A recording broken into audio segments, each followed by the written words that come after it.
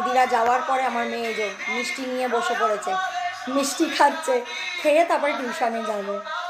এখন আমি ওটাই টেনশন যে ফেব্রুয়ারি মাসেই বিয়ে, ফেব্রুয়ারি মাসেই মেয়ের একটু খাইয়ে দিলাম,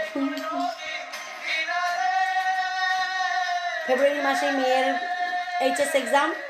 এবার কি করব, ওর 12 তারিখ থেকে এক্সাম, আর দিদির বাড়ির থেকে 4 তারিখ থেকে অনুষ্ঠান চলবে। আমরা নন বেঙ্গলি যেহেতু, তা অনেক রকম অনুষ্ঠান থাকে, গায়ে হলুদ আছে, মেহেন্দি আছে, চলেই যাচ্ছে আমাদের মধ্যে একটা নিয়ম আছে মারোয়া মটকর, সেটাও হয়। তো দিদি বলেছে তুই আগের থেকে এসে থাকবি, না পারবি 4 তারিখ থেকে গিয়ে থাকবি, 7 তারিখে আবার রিটার্ন আসবি, আবার 14 তারিখে বউ ভাত আছে, 14 তারিখে যাবি, আর যদি পারিস একভাবে টাকা 14 তারিখ পর্যন্ত থাকবি।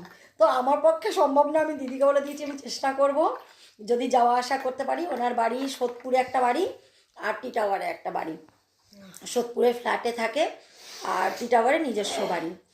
তো ছেলেরা যেহেতু চাকরি বাকরি করে, বড় ছেলের জন্যই ফ্ল্যাটটায় যাওয়া। তো টিটাগড় বাড়ি যেখানে, সেখানেই ওনার সব অনুষ্ঠান ওকেশন হবে। তো আমি বলছি দিদি দেখবো, আমার এখান থেকে টিটাগড় বেশি দূর না, যাওয়া আসা যদি করতে পারি আমি যাওয়া আসা করব, যদি শরীর ভালো থাকে। আমিও প্রায় সময় অসুস্থ থাকি, আর যদি শরীর খারাপ থাকে তাহলে আমি বলতে পারছি না, একেবারে সোজাখালি বউ হাতে যাবো, রেগে গেছিল। এখন দেখি কি করা যায়, মেয়ের বাবা আসুক, তার সাথে ডিসকাস করি তারপরে। তোর মতে কি বলে, আমার যাওয়া উচিত? তুমি চলে যাও। কবে যাব? তুমি 4 তারিখ থেকে 4 তারিখ থেকে বাকি কয়েকদিন থাকো, যতদিন থাকার, তারপর আবার চলে আসো, আবার বউ ভাতের আগে যাও। আর তোর পরীক্ষা? আমি বাড়িতে রেখে নাও, আমি তো থাকবো, তুমি আবার দেখা যাবে।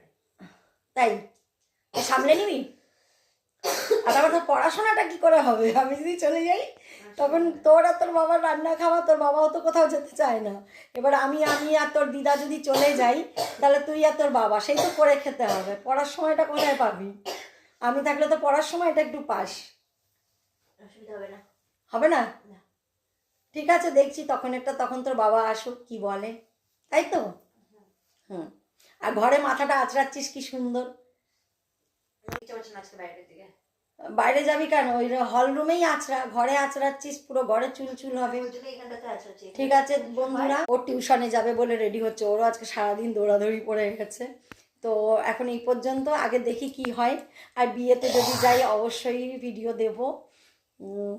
আর যদি আপনাদের ভালো লাগে আমার ভিডিও, একটু লাইক শেয়ার কমেন্ট করবেন, আর পারলে সাবস্ক্রাইবও করবেন এই বোনকে। হ্যাঁ, বাই।